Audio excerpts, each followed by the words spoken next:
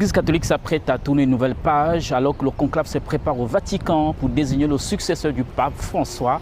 Les regards se tournent désormais vers l'Afrique. Dans un pays à majorité chrétienne comme le Gabon, cette élection nourrit espoir, prières et des attentes de renouveau. Dans les rues de Libreville, de nombreux fidèles espèrent un pape plus proche des réalités africaines. L'idée d'un pontife originaire du continent ne semble plus relever de l'utopie, mais d'une attente bien ancrée. Je crois que le prochain pape doit pouvoir être sur le sillage du pape François. Parce que le pape François est un pape qui a été très apprécié au niveau de l'Afrique. C'est un pape qui a suscité beaucoup d'espérance. C'est un pape qui a fait à beaucoup de chrétiens catholiques, qui a permis à beaucoup de chrétiens catholiques de renouer avec la foi en Jésus-Christ. Oui, naturellement, ce sera d'abord une fierté africaine que cette fois-ci, après deux siècles ou 200 ans, que nous ayons un pape de coloration noire.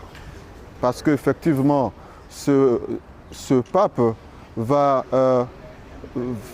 créer la fierté africaine et va consolider la foi de l'Église sur le continent. Parce qu'effectivement, il y a comme une espèce de frustration qui ne dit pas son nom et comme une espèce de racisme latent au sein de l'Église, en ce sens que depuis des décennies, depuis des siècles, la papauté a été toujours incarnée par une coloration blanche. Cette fois-ci, l'Afrique se sentirait heureuse et fière d'avoir un de leurs et qui pourrait aussi être un instrument de solution par rapport aux crises qui secouent le continent.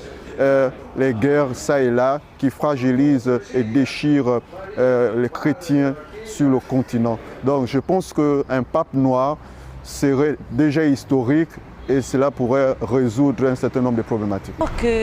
J'espère un changement parce que si je suis chrétienne, je ne peux pas être d'accord avec certaines choses.